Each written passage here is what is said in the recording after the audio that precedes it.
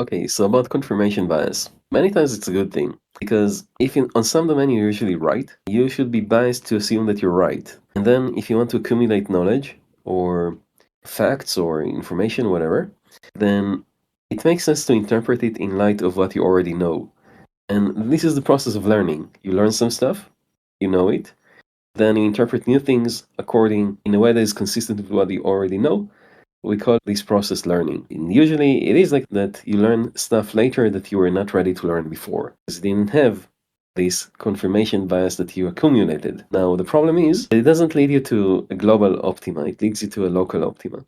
Because sometimes things will just stay consistent with what you already think, even though they're wrong, and what you think is also wrong. Or you would find a new interpretation that is consistent but wrong. And the fact that something is consistent, if two things are inconsistent with each other, then it guarantees one of them is wrong. But if two things are consistent with each other, it doesn't guarantee that any of them is right.